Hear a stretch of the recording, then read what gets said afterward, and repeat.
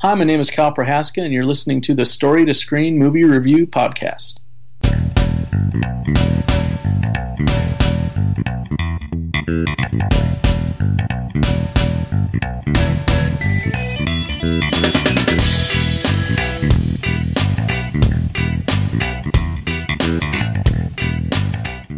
Well, hello everyone, and welcome to a brand new episode of the Story to Screen Podcast, the movie podcast where we review all different kinds of movies, new and old. I'm your host, Chris.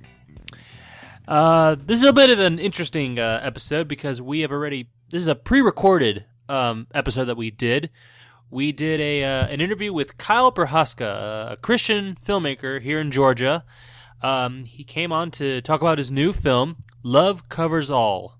It comes out tomorrow on DVD, but probably by the time you listen to this, this episode will probably be out by tomorrow or maybe even Wednesday, so it all depends. But anyway, here's our interview, and please enjoy it. Hello? Hey, Dad, I'm glad I caught you. I just wanted to know when you were going to come down to see the baby. Sarah's due pretty soon. I'm just really busy, you know. The man is just so selfish. I'll always be there for you. Both of you. I promise. I'll be right back. The economy isn't what it used to be, and difficult decisions have had to be made. God knows you've got a baby on the way. He's gonna take care of you. I'm in labor, Michael. How close is he? Welcome to our show, man. It's a privilege to have a Christian filmmaker on our show. You're actually the first one, to be very honest. So that's cool. That's a blessing to have you on the show, big Great. time. Have you been on any other podcasts before, or on radio shows? Yeah. I mean, it's been a while though. And this is the first interview actually that I've really had, more legitimate interview at least, on this movie. So you guys are the first to hear some of my answers. I hope they're good. Okay, good. We'll try our best to be good interviewers or reporters, whatever the terminology is. But anyway, but I thought you did a radio show the other day talking about the movie, or am I completely wrong about that? Honestly, it's hard for me to remember. It's been such a whirlwind in the last week or so. I know the other day I had to do like a recorded Q&A for a youth group screening the movie because I was supposed to do it live over Skype, but I had to board a plane.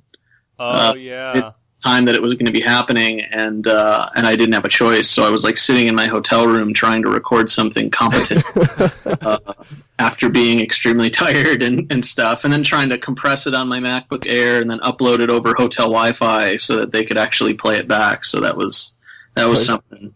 But yeah, that was that's about it. Man, has the leading up to the release date, has it been very, very stressful on you? Yeah, I mean, it's always stressful to some degree. I mean, I don't know how the movie's going to do. You know, you just don't know what's going to happen. It's not exactly the same as building up to like a release day in theaters or something. You know, DVD is really different, but you know, I wish that it was easier to know how something was going to do, because I feel like people, you know, pre-orders aren't necessarily a great indicator of how something will do. I know I love movies, and even movies that I know for sure that I'm buying that, I don't pre-order stuff personally. So, you know, pre-orders aren't really a good indicator of whether or not someone's going to buy something. So I kind of have to wait until tomorrow and see how the first month goes, kind of to see who's really going to buy this thing. Mm-hmm. So how will you be able to find out, you know, the sales and all that stuff? How will you be able to find that out? Through which sources, I may ask? You can just go to the movie's website, lovecoversallmovie.com. You'll have all the info you need about what the movie's about, the trailer, where to buy it. You know, you can buy DVD or digital, you know, where you could download it right away or stream it if you want to, including all the special features. So everything's there on the website. Okay.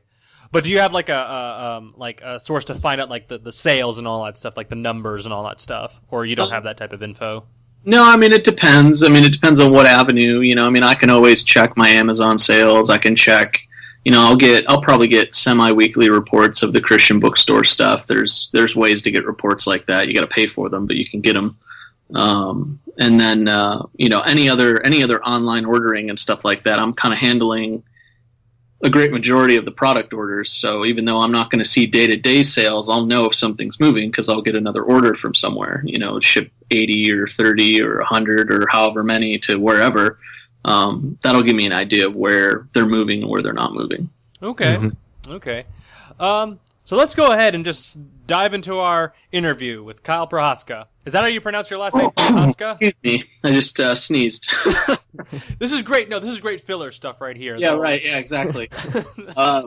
Yeah, Prohaska is how you say it. I mean, everybody always asks me, how do you say your name? But it's said just like it's spelled. It's one of the simpler ones. Yeah. Yeah. It's more simple than it looks, and everybody gets tripped up when it's a really simple name. So. Okay, we'll be sure to get it. We'll just call you Kyle. Okay, that's what we'll go with instead of Mr. Prohaska or something. Yeah, that's definitely simpler for sure. Okay. Before we talk about your movie, let's go back to the very beginning of time, I guess maybe. But Kyle, what got you into filmmaking? Do you remember what got you interested in this field? I can't point to anything in particular that got me into it. There's no like specific gateway, or anything like that. I just know that I always enjoyed movies since I was a kid, and the love for it grew out of there. So really, if you do want to point to something, it's just that I loved watching movies as a kid. Okay, what kind of movies did you enjoy watching? I enjoyed all sorts of different kinds of movies. I mean, I liked. I think everybody. I don't know how old you guys are, but everybody has like those VHS tapes that they ran ragged. Mm-hmm. Where it's like the opening 5 minutes would just be static because you ruined it so much, rewinding and fast forwarding and stuff. I can even remember on certain movies where it would actually start. Like Jurassic Park was one of those, and like it would always start at the moment where the lawyer was being pulled on that like little water, with the rope, like that. It like I could only start the movie there basically because I had ruined the tape.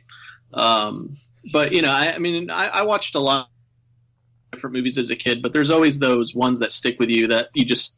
Everybody landed on different ones, right? Like for me, it was a lot of Spielberg movies. It was the Indiana Jones movies. It was Back to the Future movies. It was James Bond movies, stuff like that. So those were the ones that I really soaked in the most when I was younger. Do you have a favorite Spielberg movie? I don't know. That's tough. I mean, that is the toughest question to ask any filmmaker. What is your favorite or least favorite film? Yeah, I mean, favorite film is different. I can definitely pick more of those, but like favorite Spielberg movie is a little harder. Favorite film for me is The Shawshank Redemption. That's my favorite movie. Okay. That's definitely my like all-time favorite. But for top Spielberg movies, it's like Raiders has to be up there. Jurassic Park for sure, like up there. I mean, it's hard. He's a great filmmaker, just like so many others. So I mean, he really hasn't made an awful movie ever. So it's hard to pick a favorite sometimes. But those are the ones I saw the most, though. I saw Raiders of the Lost Ark like over and over and over again, and Temple of Doom, and Last Crusade, and Jurassic Park for sure. So what got you into to making Christian films specifically? Because that's the so-called demographic or the industry that you're really a part of, so to speak, with making Christian films for the Lord. What really drew you to that angle of filmmaking?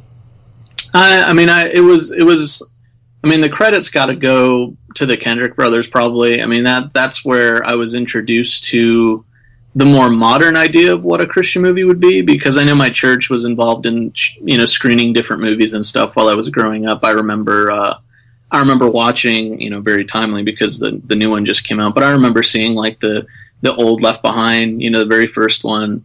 I remember a lot of the really ancient like Christian movies that I saw like as a kid, or they were in like the church library, and I just remember seeing them every once in a while. So I mean, that's where I was introduced, but there's that long gap between that time and when I first saw like Flywheel and Facing the Giants. There's a number of years there in between. And that's where I really saw the opportunity, I think, to make a movie where like I saw that, oh, maybe this is possible. I mean, I'd kind of written it off as not possible just because, I didn't really have access to, I just kind of fell into a different hole where some people fall into a different area that they take interest in. And I missed the whole indie like side of things until later, where I didn't know about movies like Clerks from Kevin Smith, or I didn't know about Pulp Fiction. I didn't know about. I mean, I missed the whole indie craze in the '90s. Basically, is what I'm saying.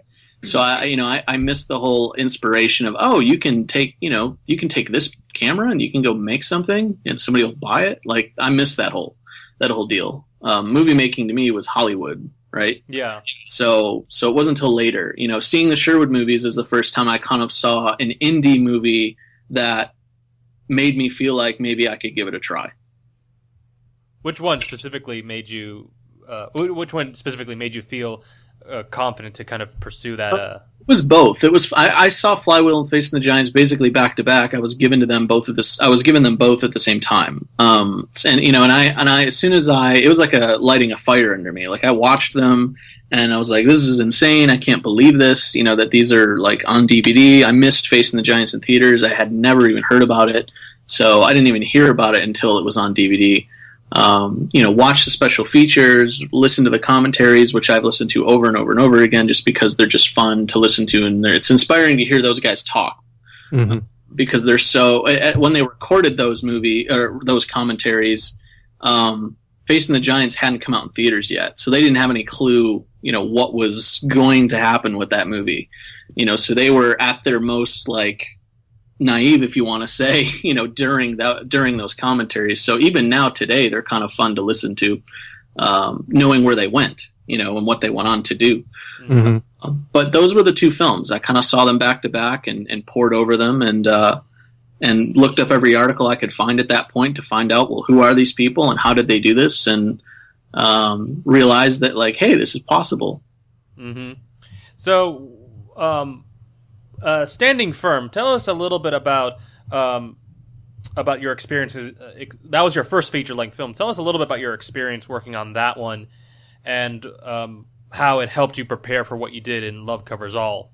Sure. Well, Standing Firm came out in 2010. I started writing it in 2007, which is right around the time that it's right after I saw Flywheel and Facing the Giants. And I was always a tech person, and I was experienced with video and motion graphics and visual effects, and I had learned a lot of different skills that helped make Standing Firm seem more possible.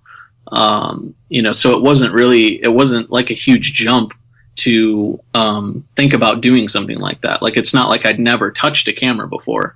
I'd never really made a film, but I was competent enough with the gear and the software to know that I could at least finish something. I could make something.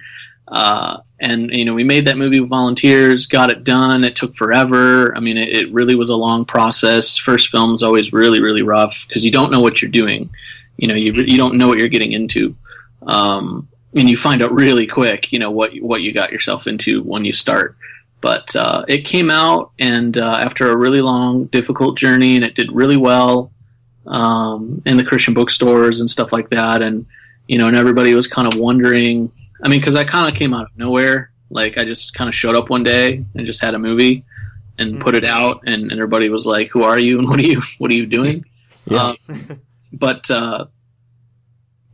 How you kind of got to Love Covers All. I mean, Standing Firm did well enough that I was able to, I was able to build a contact list, and start learning more about the market and learn more from different filmmakers that had done it for years. Like Rich Cristiano is probably one of my best. He's become one of my best friends. Just in terms of interacting with him constantly and just getting all sorts of advice and offering my own advice now that I've been, through it twice. I've been able to help him with other things that he's not good at, that I'm good at. And it's been a great relationship. But, Love Covers All, I mean, I apologize if this is a long answer, but it's such a deep question because that movie came out, I was still single. I started making it in my late teens, and I finished it in my early 20s. That's how long it took. And I met my wife the December before it came out, which it came out the next August in 2010. And then I got engaged that fall, and then I was married by the following January. I moved to Georgia I think the fall of the following year. Of that year. So then we were in Georgia, and we had our first baby that fall as well. And I mean, it's been a long journey to get to Love Covers All. The story kind of came about because I started thinking about birth again and stuff, because we had our first baby, Calvin, and the initial story came about from me thinking about, well, what would it have been like if I couldn't be there for the birth? What if I couldn't get there, and why would that be hard? And what would happen if that was the case? How would I respond? So it's interesting how life informs what you end up writing. But that's kind of how we got to all the way later down the road. It was like a long time in between Standing Firm's release and shooting this last one. But that's kind of how we got there. Okay. For our audience who may not know what your movie's about, you want to chime in a little bit and just tell us a little bit about the plot? Sure.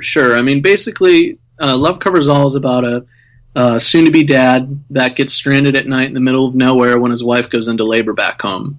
So it's about him trying to get back home to her, and about his interaction with a guy that he bumps into at an old gas station while he's trying to figure out his way, to get back home. So that's the basic idea. I mean, it's not a great pitch. I apologize. It's not really fresh in my mind, but that's the basic idea. Okay. All right. Cool. Just here's some technical questions that I've assembled, or more specific ones. The first one is, what are some of the challenges you've encountered as a filmmaker? I think the hardest thing facing any filmmaker today across the board is probably marketing and distribution. I mean, I feel like it's really easy for almost anybody to get, like, it used to be that getting a movie made at all, was the hard part, because you had film and you had all these expensive things. Like, if you just wanted to shoot something, it was going to cost you money. And that's not really the problem anymore. The problem is now almost anybody can make something. If they have a simple camera and a laptop, you can make something. Trouble is what do you do with it, right? So the hardest thing, I think, for me moving forward, even on this movie, and for any filmmaker, is going to be selling your film. It's going to be figuring out how to get it to the audience that you made it for. And the ironic part is that that's also the easiest thing in the world in terms of getting your film out there. Like, you can put something on YouTube, but you know as well as I do that doesn't mean anything, because there's videos uploading every second. Yeah. It's still, even if it's out there for free where anyone can access it, that doesn't mean they can find it. So it's still the same problem. Even if you're not selling what you're trying to get to people, it's difficult. So just saturation is just, everything's saturated. The internet's saturated with content. So that's the biggest struggle, I think. Okay. And then with Love Covers All, what was your or what is your target demographic, and how are you attempting to reach that? Sure. I mean, Standing Firm was made, for the what's basically known as the CBA market, which is the Christian bookstore market. So it's made for the primary buyers of that market, which are like 35 plus women. That's the age range and the gender that's typically in a Christian bookstore. So they're the demographic. They're the majority buyers. So that when I sat down to make this movie, there were things in mind that I had to think about. Think about the female perspective, think about the mom who's going to be in the store. What is she going to be looking for? What's going to speak to her? Or in the case of like something like Courageous, even the movies that are supposedly made for men, they're still targeted at the women. So the women are going to buy it thinking, oh, my husband really needs this. Yeah. I think he'll be, impacted or inspired by this. So no matter what, it's all trying to hit the female demographic in some way. Okay, excellent. What do you believe your strongest or weakest points are related to filmmaking? Let me think. I mean, to be and here's the thing is that might as well just put out like a disclaimer. I mean, I try to be as objective as possible. Mm-hmm. I'm not. Nothing I say is meant to try and puff myself up at all, or I mean, if anything, I get friends try and tell me like you don't give yourself enough credit, but I mean, I'm new at this. I mean, I realize that it's like, okay, you've made 2 features and I've made 0. Some people tell me, but really though. I mean, come on now. I mean, Love Covers All. It's the second movie I've ever made, but it's also the second screenplay I've ever written. I mean, some people in Hollywood write. I mean, they have stacks of screenplays that they've written that nobody bothered even reading, let alone producing. And then they wrote something that got sold. But it's like their 30th screenplay. This is like me in my infancy trying to figure out what in the world I'm doing. So I, in terms of what I'm not great at, I look at everything and I'm like, I'm not entirely sure where to point. It's like I'm so new to the whole process that it's hard to say. I know that for most of us that are, younger or just most indie people, regardless, we always have to do lots of jobs. You got to wear a lot of hats. So even if you're not great at something, you end up having to probably do it anyway. Otherwise, it doesn't get done, right? One of the strengths that I know I have, I know you asked about what I'm not good at, but maybe this will help me lead into it, is, I've always had to be the person that did a lot of different things outside of film. Like I had to learn, how to use a camera. I learned different software. I learned editing and video compression and web design and graphic design. I kind of, without really, I mean, it's not that I didn't mean to learn different things, but without realizing it, I really got myself ready, to sit down and really complete something like this, because I turned myself into a Swiss Army knife in a sense. Yeah. Mm-hmm. And I know there's that whole, master of none type of, mentality and whatever. It's not that I did stuff. I'm not entirely sure what I'm worst at. I don't even know if I figured that. I'm certainly not, like, for instance, maybe this is the answer. I'm not a DP. I'm not a DP. There's a difference between having an eye and knowing how to use a camera and things like that, and being the guy who all day, is painting with light. Mm-hmm. That's a very different job. And I can be competent, enough, but I'm not experienced in it. I know that if I dropped everything else and I concentrated on it, I think I'd have a knack for it. Mm-hmm. I could develop that eye, and develop that. It's just a matter of experience and learning, but it's not where I want to focus. I'd rather work with a great DP who's already there, and far ahead of wherever I would be. So that, that's one thing. I wouldn't say I'd be horrible if you handed me a camera. I just know that, that's one area where I don't care to sit down and do that job on my own. Yeah. Did it on my first one. Don't want to do that again.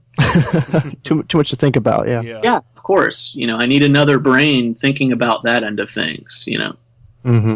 Okay.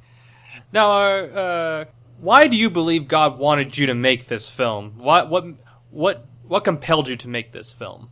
Yeah, and this isn't the direction you were thinking, but like really what you just said are 2 totally different things. It's like everybody wants to make it about, well, God told me, and as opposed to what compelled me. It's like what compelled me is that I found a story that I thought was good, that I had an emotional, connection to. Like that's what compelled me to ultimately do it. And it fit the audience that I knew I wanted to go after, and I helped craft it around a certain limitations that I knew I was going to have. But like there was no writing on the wall of God saying, do this one, and I don't think that ever truly is the case. Ultimately, you're always guessing. I mean, you're always making some sort of educated decision about what you think God wants you to do. But I'm not a big believer in people that are like, God told me this, and it's like, well, how and where did he tell you? Because, that there's a big difference between being Moses and hearing an audible voice and, circumstances and, the kind of direction that God has you going in, helping you make just a wise choice, right? So connection to the story and an emotional connection to what it was trying to say is ultimately what pushed me there. I'm looking at this guy, Jared Young, and I'm thinking to myself, this guy kind of resembles you. Were you deliberately looking for a guy that looked like you? My mistake. So you want to know, like, a mistake that I made on this movie? It was, having him look too much like me. A mixture between you and Ryan Reynolds. That's. Oh, I know. And you know what? That's just one of those. Like, we just have a similar body type, and what? If you were standing right next to each other, you'd say, "No way, you don't look anything alike at all." I just feel like the stocky, like with a beard. From a police description, it'd be very similar. It's like I'd totally get arrested. If everybody was walking around with Jared's, sketch, it's like I'd totally get in trouble. So that was a mistake, but whatever. I mean, that's just what happens. In a funny way, it just kind of resembles, or it just reminds me of where the story even came from. It's like you naturally write things that you relate to, and you kind of end up writing yourself in there a little bit. I mean, this is what's funny is that, okay, not only does Jared kind of look like me, but he also drives my car in the film because that was the prop, the prop car that I had. It was my car. We filmed in my home. He actually wears my wedding ring in the film because we didn't have the money to get other rings, and it was just, hey, here's mine. I would always have it with me, right? What's something else? I think he wears, like, maybe one of the shirts he wears is actually mine. He uses my phone in the film because, again, like, I don't want to worry about getting another phone from somewhere that I can't get access to. Like, here's mine. Just, it'll always be around. So here it is. That was so. It's funny when people mention that. I just think about, they don't know about all the other stuff. It's like I made him me without trying to make him me. But hey, he's driving my car. He's living in my house. He's wearing my wedding ring. Like, it's very weird, but that's just how it worked out. Okay. Let's see here. Something else you asked is, where did I get the other actors, right? That's what you're asking? Yeah, how did you come across a lot of these other actors? Did you see some of their other movies that they had done? Yeah. I mean, everybody always asks about casting. I mean, I basically casted the movie myself, between, asking for video auditions, and, Jared and Jen were the first two people that I found that I wanted. I saw, like, a short film that Jared was in with Jen where they played a couple. And it was a, like, really high emotional, short, and they were both, like, really intense and crying and all this other stuff. And I just saw a really realistic couple there. It was like, if I'm going to find two people, I'm looking at two people right now that live in Atlanta that act that, Audrey have chemistry. So, I went both of them for that reason. And then Rusty Whitener, who plays Bob in the movie, he has one of the most difficult characters to play, and he was the last person I cast. He was like a last minute find. I couldn't find anybody to play that part. Nobody fit the bill, and he was the last video interview that I watched. He was a good pick. Yeah, he was. He absolutely makes the movie. It's like, without Bob being Bob, and if had I cast the wrong person, I just don't know what kind of movie I would have ended up with. And then a lot of other people, honestly, were friends. Like, I know Shannon Fields, and I just called her. She was a last minute too for that part. It was just like, hey, we don't have anybody for the doctor. Do you want to do it? And she said, sure. It was that easy.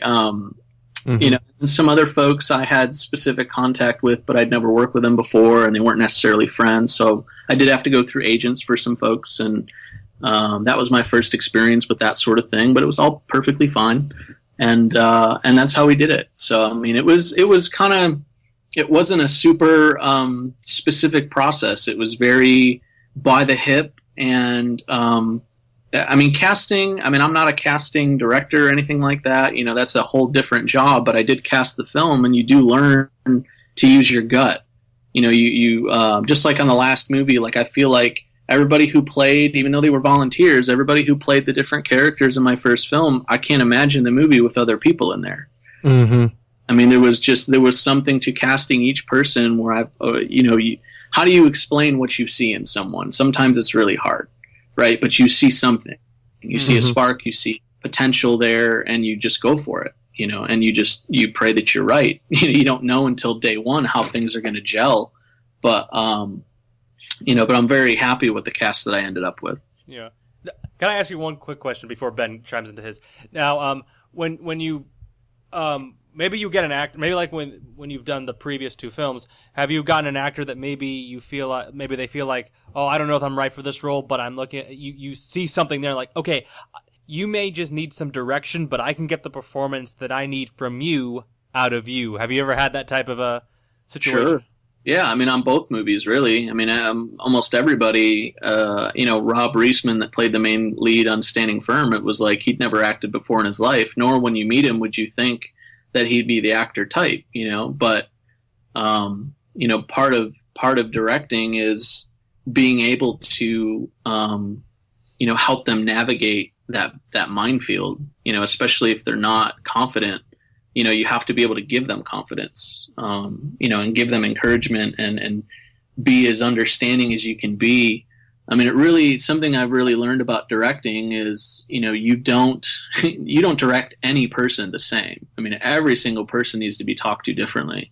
Mm-hmm. Just as they're a different person and they're playing a different character, they need to be spoken to differently. So, directing Robbie in the first movie, being a complete non-actor and not knowing, how the process was supposed to go, it was difficult to get into the groove. But by the time we were halfway through shooting the movie, I mean, it was a piece of cake. He knew exactly what to do. He knew what his limitations were. I mean, it was great, right?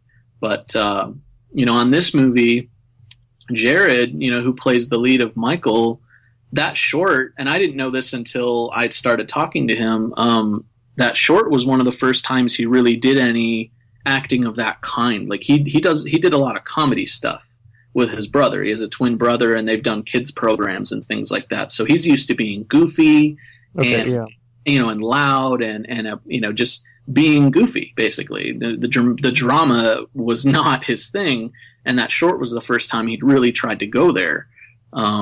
So he was a little nervous about being able to do a good job, based on what he knew he had experience with. Mm-hmm. But I saw that short, and I saw the potential, and I thought he could really do it.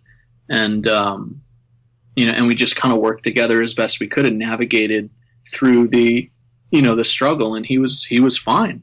He was fine. I think he found pretty quickly that, like, hey, I can do this. Okay. And it was perfectly fine. Okay, excellent. And my last question here, and I'll just leave the rest to Chris. How has your family helped, supported, or hindered your filmmaking? I mean, in terms of anybody who wants to be a filmmaker, who's young especially, it's like take advantage of this, because things get a lot more complicated. When you have a family, your time needs to be split. Your attention.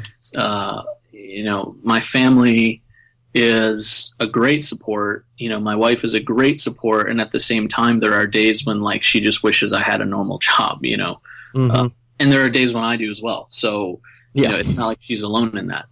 But trying to make a movie while you have a family, if you're making them the way that I'm currently making them, which is not the way I want to keep making them, is really, really hard. It's probably the hardest part, because there is a degree where you have to sit down with your family and your wife, and she has to understand that for a certain, our home is going to be different, right? There's just no getting around it. And I didn't dare make this movie without sitting down and talking to her first, because she knew that I wanted to do another one.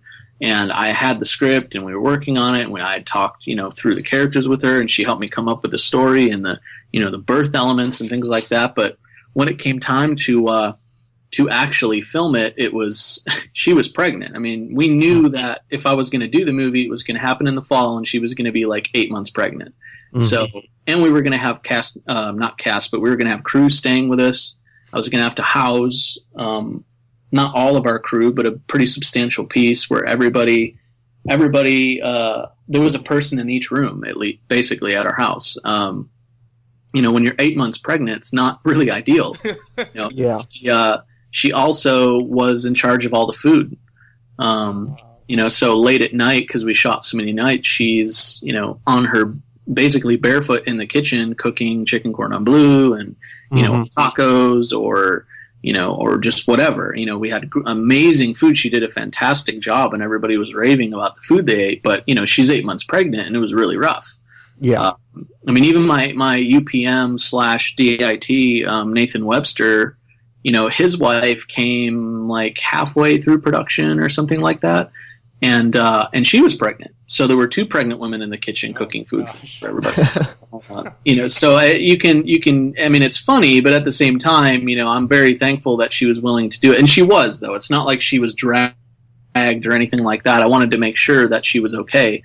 But even once filming was over, just what it takes to get these movies done, there are days where I wonder, am I sacrificing too much? Right? Am I, my family losing way too much? The way that I've tried to look at it, and I've pretty much made my decision as best I can based on what I know. But like, this is the last movie I do like this. I'll never, ever, ever do a movie like this where I Yeah. And this isn't explain that. By the way. What's the difficulty now versus how you would prefer doing it? Well, and this is what I mean is like, this isn't pity party. I'm just giving you the facts. I made this movie for free. I wrote it for free. I directed it for free. I did all the post-production for free. Did all the work that I've done, the packaging and the marketing, and I'll exactly. Mm-hmm. So, I haven't been paid a dime. The hope is that if it, gets paid off, then I'll make something. But, that's easier to do when you're single, right? It's really hard to put, we shot this movie and I turned it around in like 10 months, 11 months. And now I'm not, and then got into the whole, selling it thing. The amount of work it takes when you're a team is enough, but when you're just one guy and you have other bills to pay and you have things to do, making it for free is like impossible. Mm-hmm. So, that's something I'll never do again. I'll make sure that if I'm going to do another movie, I have to be paid because of the stress that it puts on the household. Mm-hmm. The thing is, my wife and I knew, though, this was it. It's like either we're going to do this one last one this way, or we're not really sure if I'll get to do another one anytime soon. Yeah. It was like now or never, basically. Mm-hmm. At least it felt that way. It's like if I didn't make one that year and we had a second baby, I'm not sure I would have been able to do it at all. Mm-hmm. So we had to make a choice as a family. Are we going to do this? We're not going to do this, and we decided to. Cool. Okay. Well, that's good. That's good to kind of see that family collaboration. Trying to not just in terms of creativity, but just also in your personal lives as well. Kind of seeing that example of how are we going to get through this together as a family? How are we going to get through all these difficulties and all that stuff? And it's the same. You talk to any other filmmaker that's similar. You talk to Colin Gunn or really, and it's not just in the Christian sector. It's like go watch interviews out there with different indie filmmakers. They'll say the exact same thing. That they're very thankful. It's just the field. Yeah. Mm-hmm. Yeah, it's the field. It's the job. It's the job. It's like, how they say a pastor, being a pastor is like being a fireman, a policeman, and a doctor all at the same time, like that. Yeah. It's being a filmmaker is like, it feels like that. Mm-hmm. Yeah. Like you're trying to create something while you're trying to put out fires over here, while you're trying to, manage your normal bills, while you're trying to make sure your wife and family are okay. It's just like, it drives you nuts. I don't know how I got this far. It's like, I don't know clue how I didn't go absolutely insane. But the Lord guided you. That's all I got. Yeah. I'm very thankful for God helping me get here and for, a very supportive wife. It's like, if I didn't have her to encourage, or if this was like a constant stress on the house, I don't think I would have been able to get there. Now, speaking of difficulties, I remember very early on in the production, like I think it was about a year ago, you were going to start a Kickstarter campaign that unfortunately didn't pay off very well. I'm sure that must have been really devastating for you. But did you actually have a plan B in place that the Kickstarter didn't work? Not really. I mean, I had, the Kickstarter crowdfunding, I wasn't prepared. That was really my problem. Like, you really have to prepare a lot more. And the thing is I knew that going in. I knew that, like, I really don't have enough time for this. I don't have the prep time, but I have to, it's like now or never to try. And if it doesn't work, it doesn't work. So, I knew 10 days in or less that it was a bust. So I didn't even bother pushing it. I got so little traction and had so little built up and ready that I could tell that it was gonna bust. And it was in the middle of the summer. It was just bad. It was just a terrible, terrible time to do it. So that's that. But I mean, I mentioned distribution and marketing earlier. I mean, the hardest thing besides that, even if you find funding, getting it distributed and stuff, is finding the funding in the first place. That's really rough. It's just really difficult to get anybody to give you money. Filmmaking is a really difficult and risky business, and finding funds is just, it feels impossible most of the time. So that really tough part of the process. So Kickstarter not working was, disappointing. I did end up getting enough investment last minute to make the movie, but I had to make a decision between doing the movie a certain way and not paying myself, which, remember, I said how hard I knew that was going to be, what that was going to mean, or paying myself and making probably what would have been a very different movie. Because I had already, I sat down, I wrote the script with my budget and my limitations in mind. I made sure that I sat down and decided. I basically decided to make a park bench movie where it was like, the initial idea before there was even the birth and all that stuff in there was just, two people bumping into each other in some sort of crazy circumstance. Exactly. Limited scenes, limited sets. Yeah. Mm-hmm. Yeah. They leave having changed each other. And that's all I had. I had like that framework. And then the whole birth idea came into that and gave me my stakes and all that stuff. So that was going to allow me, like, the movies that were inspiring me at the time were movies I like Frost Nixon, or The Sunset Limited, or there's some other ones I can't remember. But I knew that I could, like, The Sunset Limited, for instance, is Tommy Lee Jones and Samuel L. Jackson in a room for 90 minutes. It's based on a play by Cormac McCarthy, and it's two guys in a room. And there was part of me was actually drawn to the idea, not just from the limitations, but just like, wow, that would really, if this making a movie sort of like that would force me to work on structure and performance and dialogue, and it was going to force me to work on the things that I wanted to work on the most. So that was great, but that let me build the movie around my limitations and my budget that I was probably going to have to work with. So I know that was like a big tangent or whatever, but that's kind of how that stuff worked. I always like it how films, any type of film that tries to use through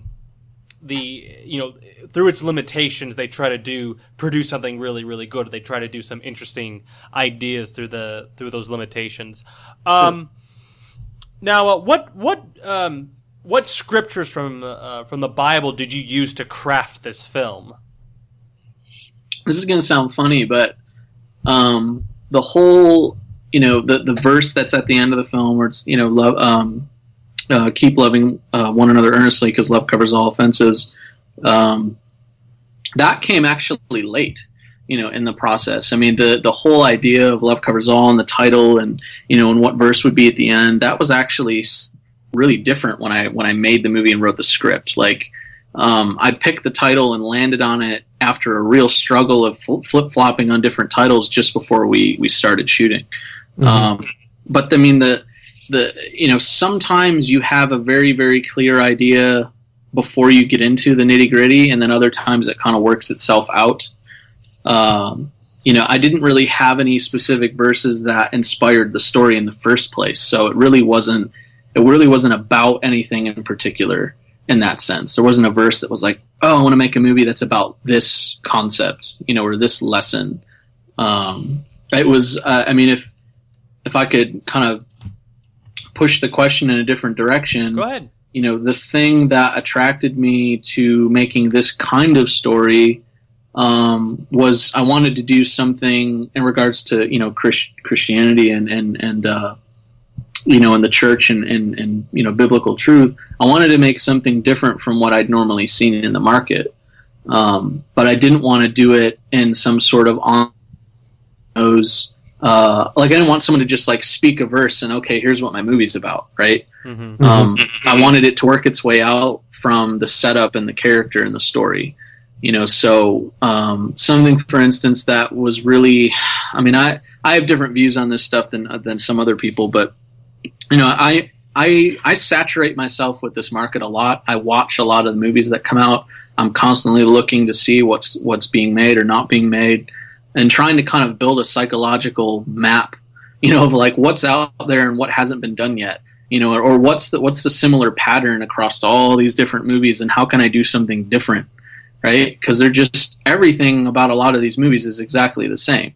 It's hard, you know, they're just kind of packaged different, but they're all the same movie.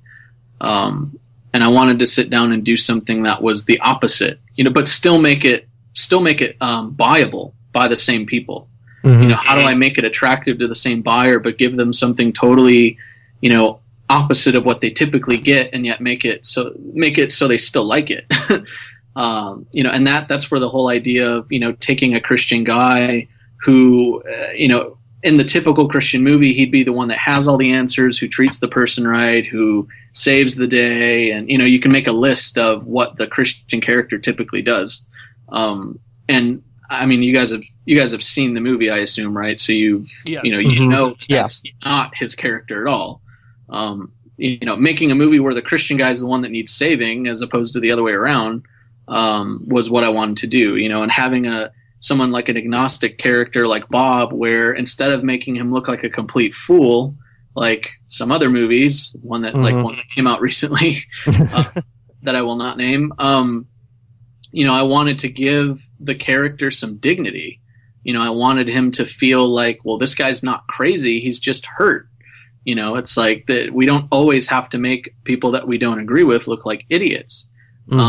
Or make it look like, you know, oh, you know, poor puppy dog, like I need to swoop in and put my arm on his shoulder. It's like, well, sometimes we're the person that needs the biff upside the head. And, you know, we're the ones that make the mistake and have to apologize. And like, I just hadn't seen that, right? I just hadn't seen that. I look around at the different movies and I'm like, where are those movies? And I refused to believe that one of those couldn't be made and still sold. You know, I wanted to believe that like I could give people something a little bit different and them be okay with it, basically. So that's kind of why I took the movie in the direction that I did. And I'm really happy that, you know, that having that goal in mind at the start, I'm glad that it all carried all the way through, because I ended up with the movie that I ultimately wanted to make. In terms of, in essence, you know, the kind of film that I wanted to do is the film I ended up with, and I'm really glad. That's good to hear. Now that unnamed movie that you mentioned, you didn't mention its name. Was that Mom's Night Out? By the way, no, it wasn't. Okay. Because there was a character in that movie that was trying to. Have you seen the movie by the way? Yeah. Okay, there's a character in that movie, and Benjamin and I actually did a review on that movie. But there's a scene where what's the Bones, the motorcycle guy? He's giving the girl all the spiritual, or all the biblical wisdom, so to speak. And I did not feel like that was right. There was something about that didn't sit well with me. About that, because I felt like it, and I think he stated, it's been a while, so I only saw it once, but I think he said that I've drifted away from the faith, as if, you know, he's speaking in the point of view of, you know, of an atheist, you know. So I kind of found that a little bit alarming. Unless I'm missing something there, I found that kind of a little bit alarming right there. Do you recall something like that? Yeah, I mean, it's been a while since I've seen it, so I don't quite remember. I mean, I just know that there are different ways to approach this stuff, and I just refuse to believe that everything always has to be the same. There's got to be a new way to approach these things and make these movies a little bit different, you know, where we can, because otherwise, and I wish I had the wording exactly in my head because I've shared this before, but if we can't change the basic arcs, if all these movies have to have the same arc, if the Christian character always has to have this certain wavelength, and so does the villain, which is how a lot of these movies do. They all arc really similar. Then there's a limitation on what kind of story you can tell and what kind of people you can create. And I just hate that, right? Because it means that I have this narrow, and I'm not talking about like content. I'm not talking about, it's not the argument of, oh, can I put in swearing, or can I put in this, or can I put in that? That's not what I mean. It's that's a whole different conversation. I mean, what kind of person can I make? What kind of arc can they have? Where can I start them and where can I end them, and how do I get them there? When that arc is exactly the same across so many of these different films, you don't have a lot of things you can do.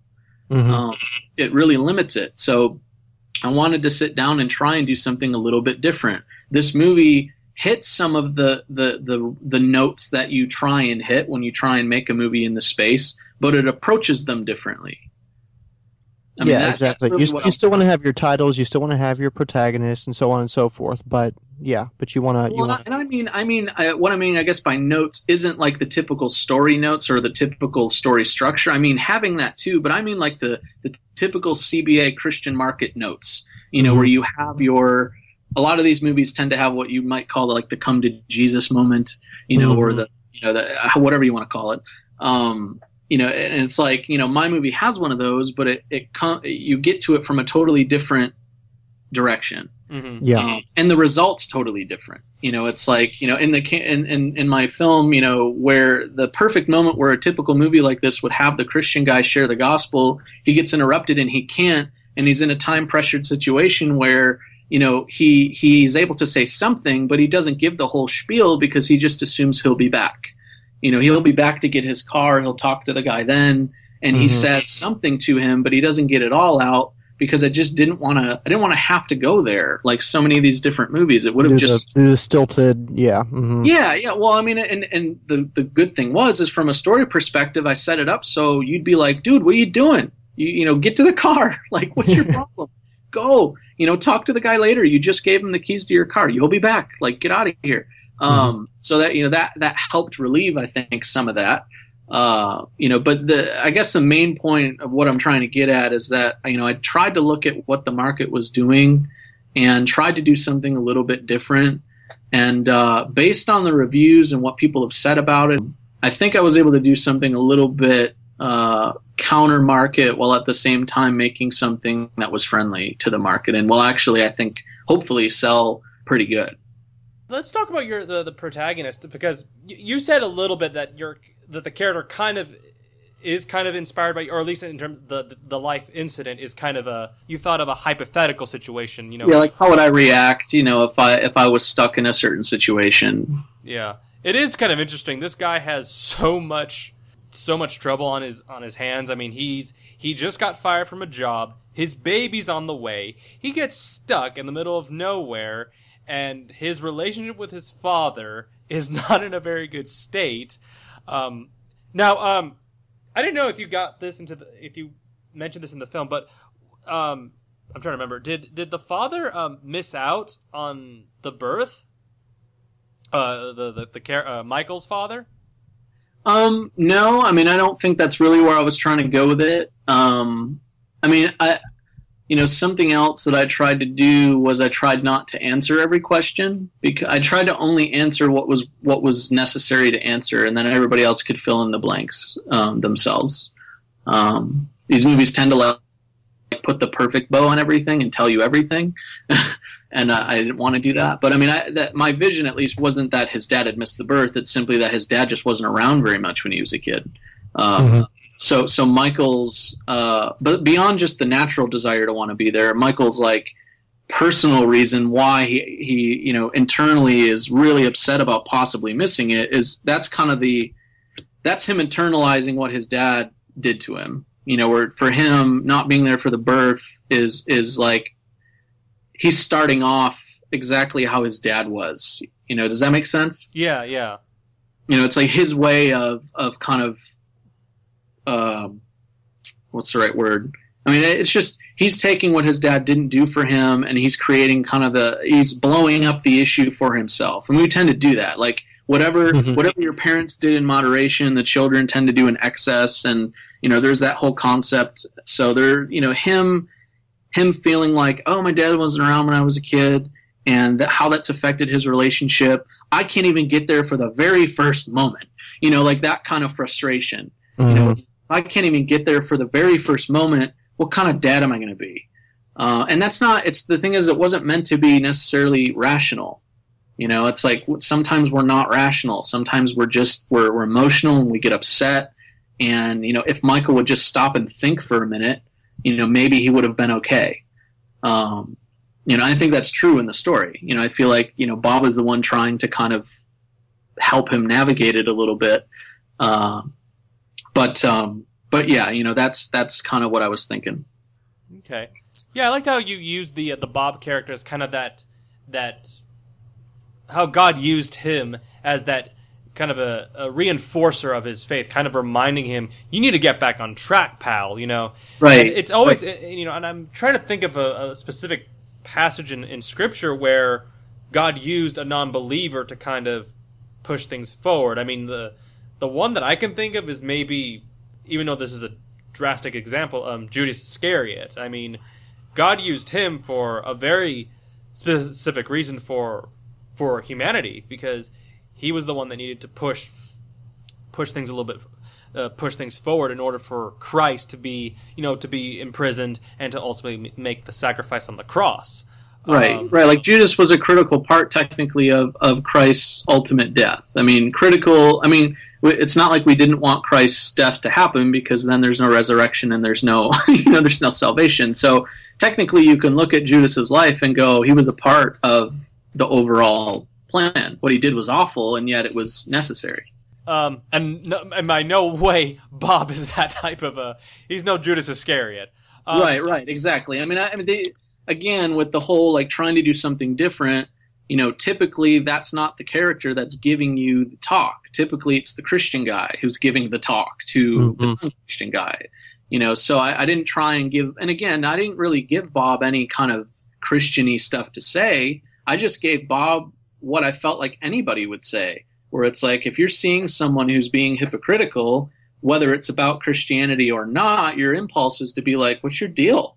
Right? You say you're this, but you're doing that. You say you believe this, or everything about the labels that you carry say you should think this, and yet you say that or think this. So, to me, it's just a natural response. And that's why I put all those words in Bob's mouth. Because, I mean, it's clear in the story. And, of course, you find out later, though, that there's baggage. So there's a curiosity. Know what it is until later. But, I tried to give him just what I felt like would be the natural response to hypocrisy. And that's kind of what fuels their eventual, blow up. What is the thing you want Christians to walk away from this movie? I'd say, I mean, it's always funny to watch your movie after the fact and how things change a little bit in the edit and stuff. But I mean, really, the call in the movie, I think, is just a call to authenticity. It's a call to be who you are in Christ, and to be to look at your life and see, how am I living? How am I walking in front of people? And in regards to relationships and things, thinking through past hurts and relationships and wondering, how to move forward the right way with those. Like in the case of Michael and his dad, getting to the place where he can forgive him and they can reconcile, and that relationship can move forward to a better place. Or in Bob's case, letting go of what had happened to him before and being able to move forward. I mean, ultimately the tagline of the movie, "It's never too late for a fresh start," it's as practical as it is spiritual.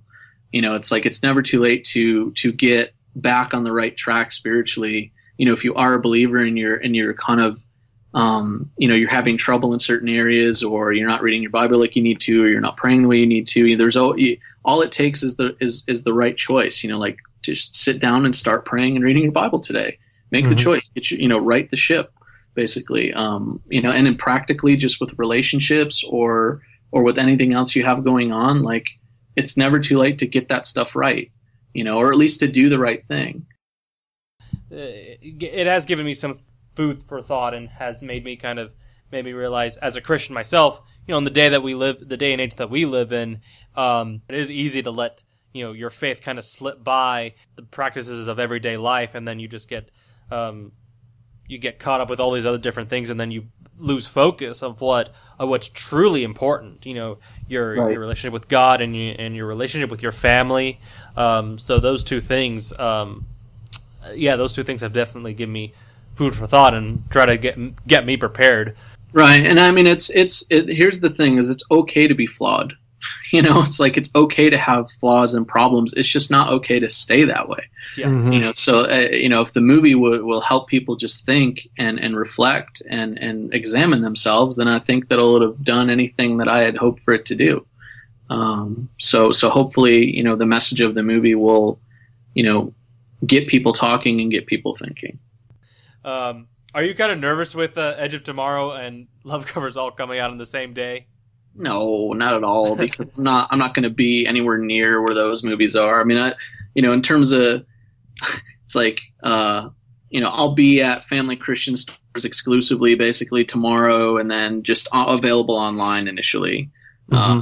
So it's like, in terms of I'm not competing with with the latest Tom Cruise movie, not at all. So I'll be fine. That was just a joke, by the way. But some people actually, the thing that I try to avoid is that I don't want everybody to go out to Walmart tomorrow thinking that they're going to find it. It's always hard to try and navigate. What people expect the movie to be somewhere that it's not. Mm-hmm. That's always a pain. But by the way, I mean, I know you guys were wrapping it up, but I'm happy to answer any other questions if you want to edit them in or anything like that, because I enjoy talking about it. So it was funny earlier in the interview. You talked about the Kendricks brothers. Were you shocked that they had actually made a film right under our very noses and we didn't know anything about it? You're talking about movie 5? Yeah. Or were you aware of something? I was aware, and I can't really say anything else. Oh.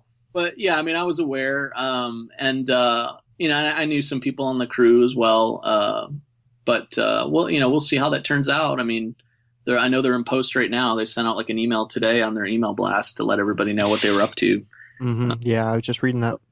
We'll see. I mean, it's the first movie that they've made, outside of the typical model that they normally would do. I mean, I know some people have been like, how's that going to go? But I'm confident that, that their name, and their brand is strong enough at this point for them to be able to branch out. I think that's probably what we're going to see. I mean, that's not to say that the movie's going to be way bigger than their others or anything like that either. I mean, the movie matters, right? The movie is a big factor there, but I feel like the really valuable brand they've built, like Sherwood was its own brand, and then the Kendrick brothers were their own thing too, because they had their books and they had Alex's face, being the recognizable face and all that sort of stuff. So I think they're going to be just fine.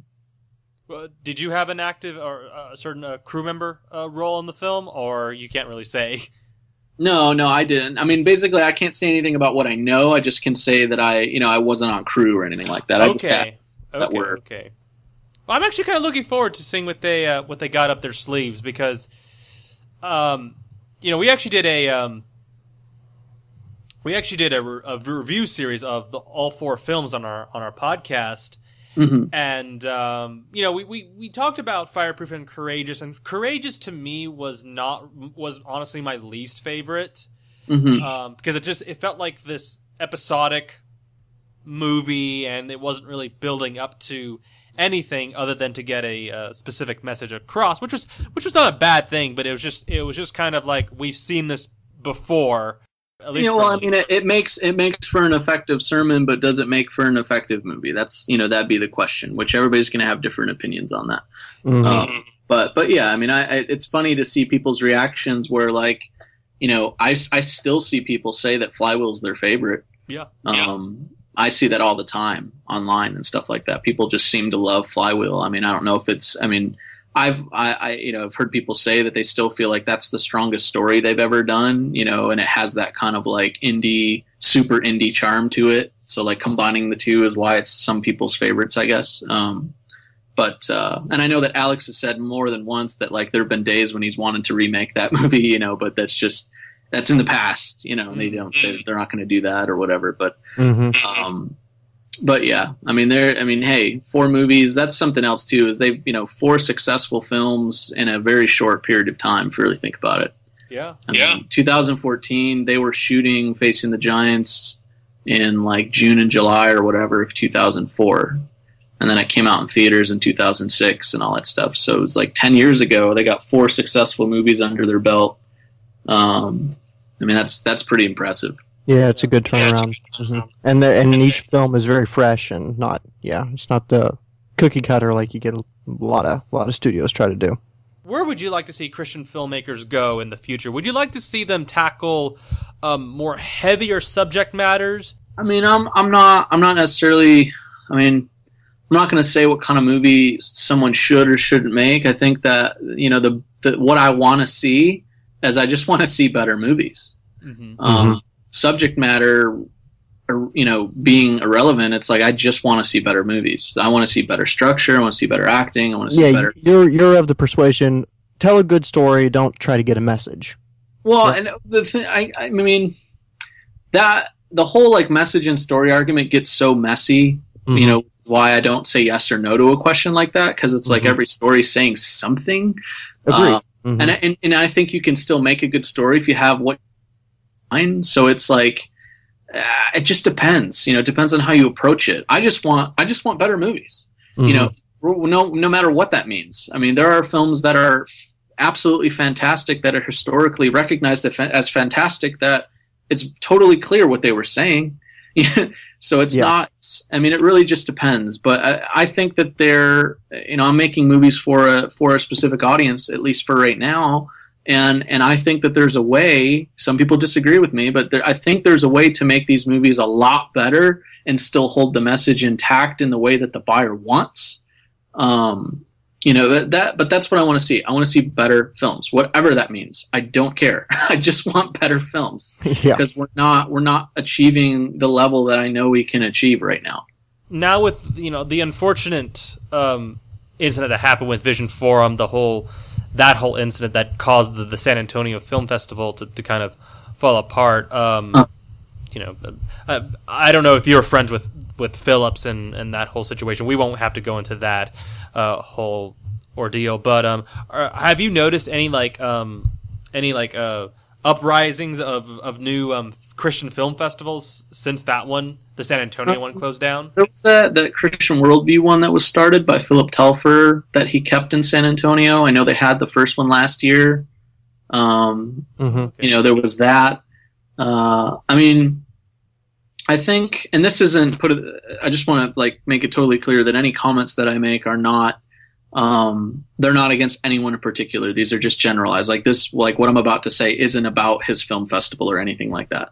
But like a general issue that, in my opinion was an issue at the San Antonio Festival. And if you ask other people, they would totally say the same, maybe not on a podcast, but they'd certainly agree, is, there's something to be said about who's teaching these things, and like whether or not they're even qualified to do it.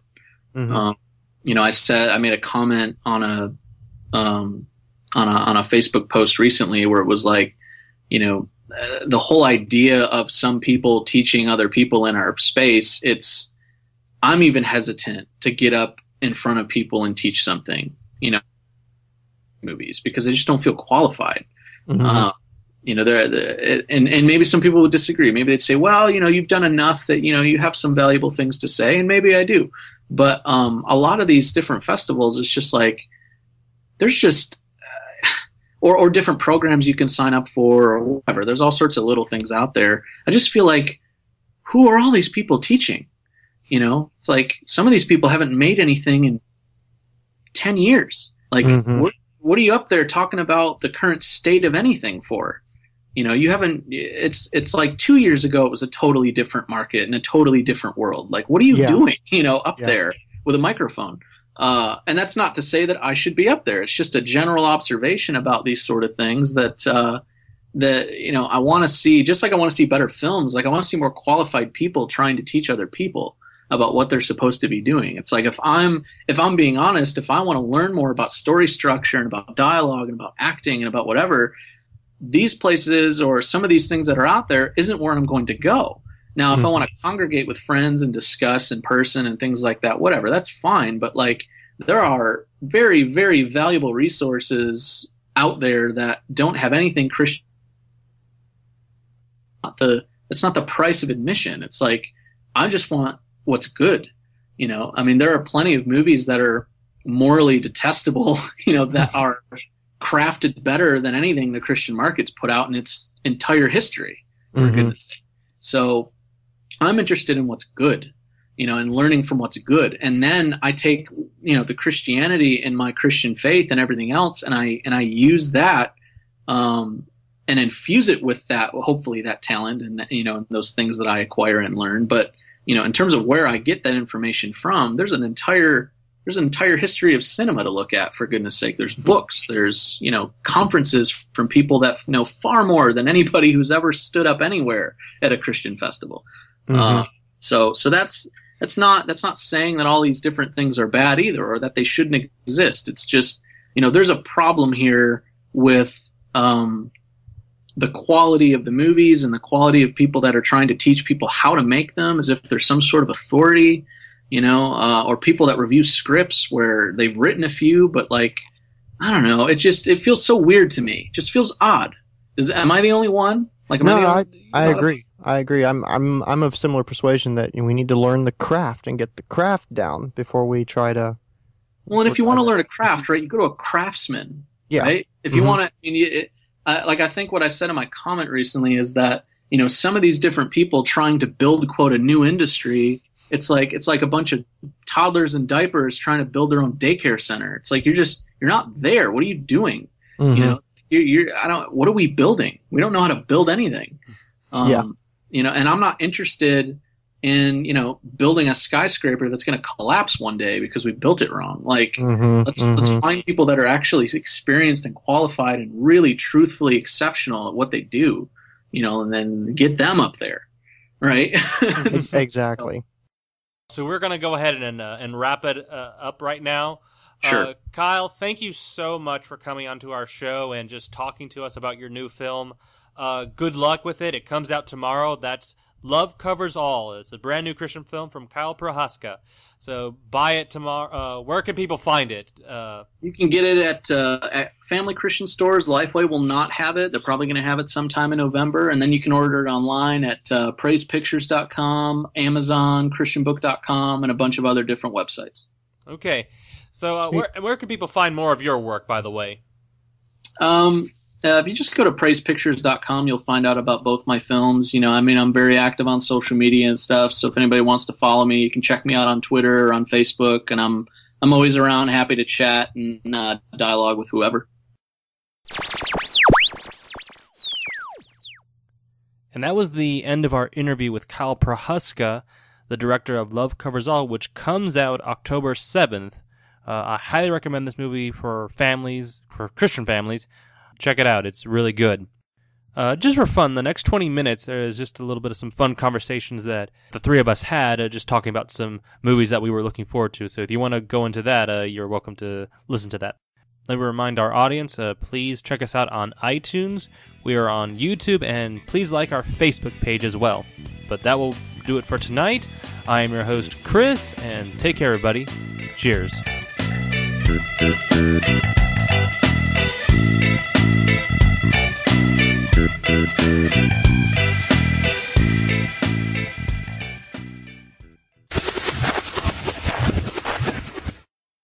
Now, one of the upcoming movies, actually 3 that I'm looking forward to, are Interstellar.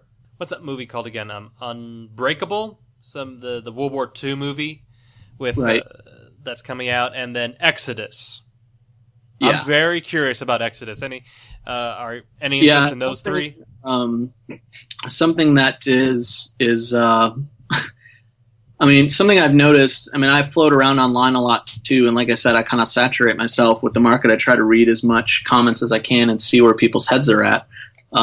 And I think that Noah really did some damage to the potential for future movies, even if they were done. Yeah. Because I've seen people, I saw people even on the Left Behind page for that movie asking like, well, is it this or is it, I saw Noah, and like they were clearly nervous. And it's like, of all movies for them to be commenting on and bringing up Noah, it was that movie. Yeah. So it just shows you that people are extremely weary now. Like now everybody's going to be, now the magnifying glass is even bigger. Of how much we're going to barrel down on them and critique everything. And be like, whoa, is this biblical or whatever? I mean, Noah was like totally wacky out there. Yeah. So that, I mean, I wrote a really extensive review of that thing. But even this, I feel like Noah now is going to push a lot of people to the point where even if they get really close, they're not even going to get the credit for it. That kind of worries me. Or even if they try and they do a lot better with something, I feel like people aren't going to give them any credit, and it's going to get like totally shafted. Yeah. So that I'm worried about that. I really am. I hope that doesn't happen. But I'm seeing that. I'm seeing just nervousness from people. Yeah, I agree. Yeah, I mean, Ridley Scott has kind of gone on record saying that the events that we're going to see in Exodus, he said that it's going to be natural, that the causes of these things were more natural. And I'm like, okay, how are you going to handle that? Because the thing is, clearly from the trailer, the newer one that came out, there's no way to naturally show some of that stuff. So I don't really know what that works itself out as, but there's no slow moving wall of water ever in history. It's like water does what it does. Frogs don't show up in that massive quantity or anything like that. So, I mean, and in the trailer, Moses he tells Ramses to his face that, God is the one that spoke to me. So I feel like the movie's still going to, it's going to maintain those biblical aspects. Point to where all this stuff is coming from. I mean, based on the trailer that I've seen, I think where it's going to look a little bit different it's from the moment that they leave Egypt to the whole, how they handle the whole Red Sea thing. Yeah, it looks because it looked like there was some sort of battle that was going to happen like during the collapse of the Red Sea. Like no, I mean, seriously, if you look at the trailer and you look at it, it's almost as if there's going to be some sort of war or something like that, as opposed to the typical he leads them in a giant mass of people and then they run screaming through the Red Sea as they get chased by the chariots, and then all the chariots get there's not, I mean, in their defense, that's probably one of the areas where you have a little more leeway. But it's so I mean, again, I guarantee you that people are going to be looking at it and are going to be way more unfair based on how Noah made them feel. Like, it's going to get hammered harder than it really probably should be. We'll see what happens. Yeah, we'll see. I mean, I think people have more. The concern is that they're going to look at it and expect it to be something that even the Bible doesn't say it should be, right? Yeah. Like, if they're going to compare it to the 10 Commandments from 1950, whatever, they're not going to see the same film. If that's their standard, right, of how things are supposed to be handled. I mean, I've seen people use Left Behind, the book, the novel, as their reason to say that a certain other end times movie wasn't biblical. I have no interest in that movie. as their the thing that's guiding what they're going to say. So I don't know how it's going to go, but I'm going. Like, I'm one of those people that, like, I'll be there. I don't care. I'm buying a ticket. Yeah. I bought a ticket to Noah after reading all the awful reviews because I wanted my own opinion. So I'll be there. Well, maybe you could join us for that episode, and maybe we could talk about it. Maybe. Sure. Yeah. We'll try to get you back on, like, on some future movie reviews. Kind of get the filmmakers perspective on certain things, But how about Interstellar? Are you excited about that or not really? It's another one of those movies where I'm gonna go, but like I'm not quite sure why. Dark Knight Rises leave a bad taste in your mouth.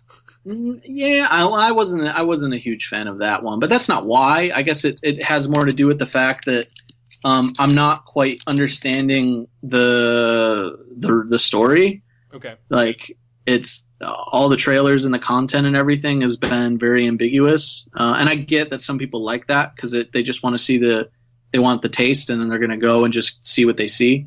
But like I'm not seeing nothing about it is making me excited right now, other than the fact that it looks like it could be amazing somehow for some reason. I just don't know how. Yeah. So I'm going to go and give it a try. Okay. So I'm not one of those. I feel like Chris Nolan, and I think he's a great filmmaker. By the way, it's like this isn't like saying he's a terrible filmmaker, but I feel like Chris Nolan is like the stereotypical guy that young 20-somethings seem to flock to, and he's like their god or something. Like he's their. I don't get that. Yeah, I don't get that at all, and I'm 26 and I don't get it. So it just seems like people have a little bit too much love for him sometimes. I just think it really just stems from the fact that he just gave people Batman movies, and I'm like, is that why you're praising him all of a sudden? Because the thing is, he's clearly wow, am I really going to say this? But he's like clearly smarter than the average bear. That sounds ridiculous, but he's clearly got more intelligence, and that's great. So he makes movies that are a little more brainy and a little bit more smart in the action sense. But I personally feel like he gets almost too much credit. You think he's kind of on the verge of overrated? Yeah, yeah. Like his movies really aren't that brainy. Like people coming out of Inception, like, whoa, that was amazing and so brainy and complicated. It's like, no, it's not. It's so simple. Yeah.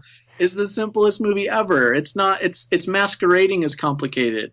But that's not what made the movie good anyway. It's like, but people treat his movies like they're like so deep and intellectual, and maybe Interstellar will be more that movie. Like it seems like it might be more that movie. It's like his ode to 2001 or something like that. Mm-hmm. Yeah. So maybe it'll be a little bit more like that. But like his other movies just aren't those to me. He's a more intelligent, more brainy, action-oriented director, it seems. That's how I look at him, which is fine. He can totally be that guy. I just don't get all the hype that he gets necessarily. I'm going to this movie. I don't want to wish anything ill towards Nolan, but I'm kind of like, you know what, Nolan? Let's see you fail now. Let's just see you. You've had a lot of success. Let's see you kind of maybe mess up a little bit. Maybe that you don't necessarily land on too well on 2 feet. You know what I mean? And to me, he already did that with The Dark Knight Rises. So, so I'm okay. Well, he didn't, but he didn't fail financially, and critically. Here's the thing: Interstellar is not going to fail financially. That's not going to happen.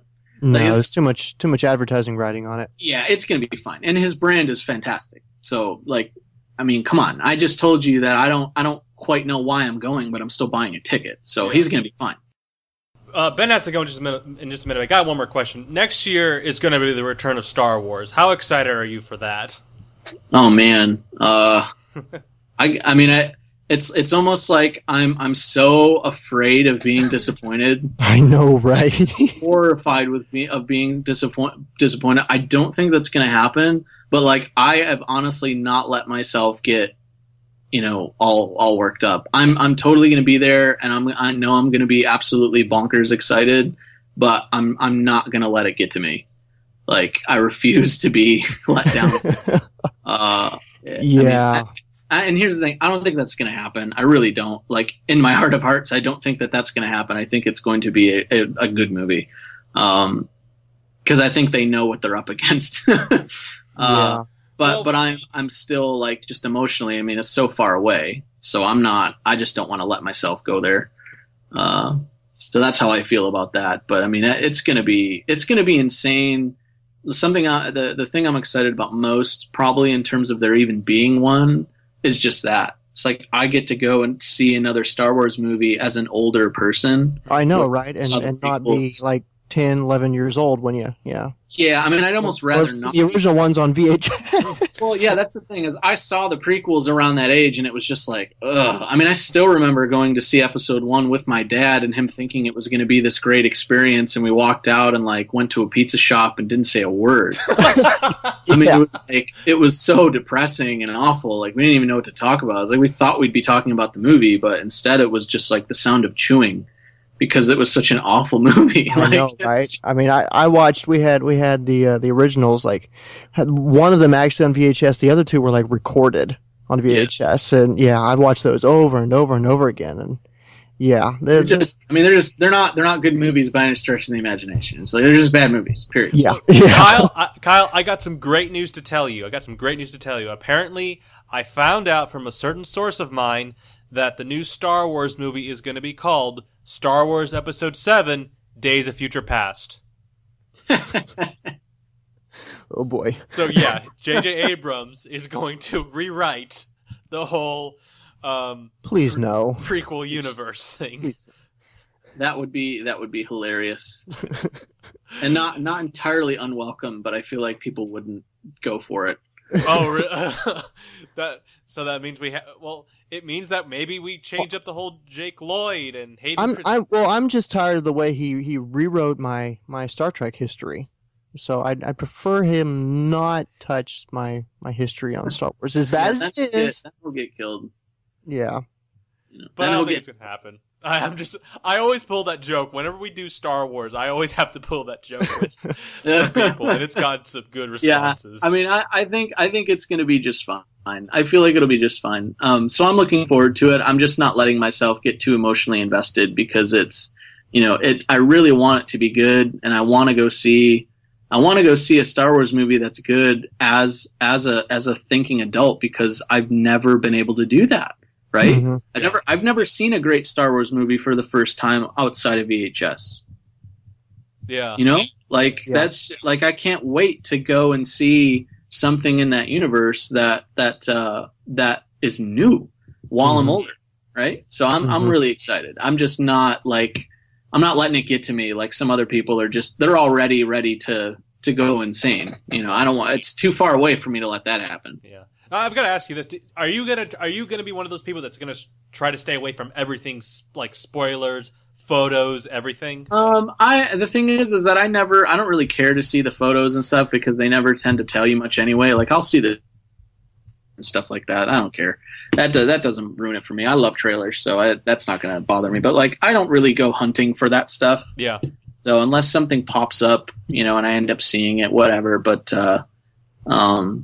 I'm able to shut out a lot of that anyway when I see the movie. It's rare that they truthfully ruin something in the marketing. Sometimes they do it, but I think they're smart enough on this one they already know they're going to make a ton of money just because they made it. Yeah. So at this point, I hope that they'll manage it okay. But yeah, I don't care. And I'll be, it's not going to bother me. Dude, the marketing when that movie hits, in which it's going to be December. So the marketing is most likely going to begin in October? Well, here's the thing. The marketing already started. All the marketing's already started. It's like 2 years of marketing, all the whole casting announcements and releasing the cast photo of everybody sitting in a circle, for the first read and stuff. That's all that marketing's already going on. I know, but I'm saying at the store, in terms of sure, how big. Sure. Yeah. That's when the normal traditional marketing stuff happens, but they already locked in. Come on, that thing trended on day one. Yeah. Yeah. Day one that was even a thing, it was trending immediately. So they already got $1 billion box office on their hands, as long as they just, I think they could screw up a lot and still make it. Mm-hmm. So I think they'll be just fine. Yeah, it's gonna be quite interesting to see, a film, and if it's really, really good, how well it's gonna do opening week. Well, I'm curious to see who's got the gall to try to open the same week. And that's one of those movies that everybody will stay away from. I think Mission Impossible 5 is opening up a week or two after that. I think that movie is dead if that's the case. I think it'll be all right. Because I mean, the thing is, I'd go and see both. Yeah. I'd see both. Yeah, your money. Yeah, your dollar or your $10 will help save Tom Cruise's career. Well, I'll see it. I liked 4. Oh yeah, I'm there for both of those movies. But yeah, I am curious about one more thing about the trailer, the teaser trailer. I'm kind of wondering if it's going to be a simple, Star Wars Episode 7, the title, and then that's it. You don't even have to show any footage. I think they'll have one of those for sure. I mean, I think they're going to milk this for everything they can get out of it.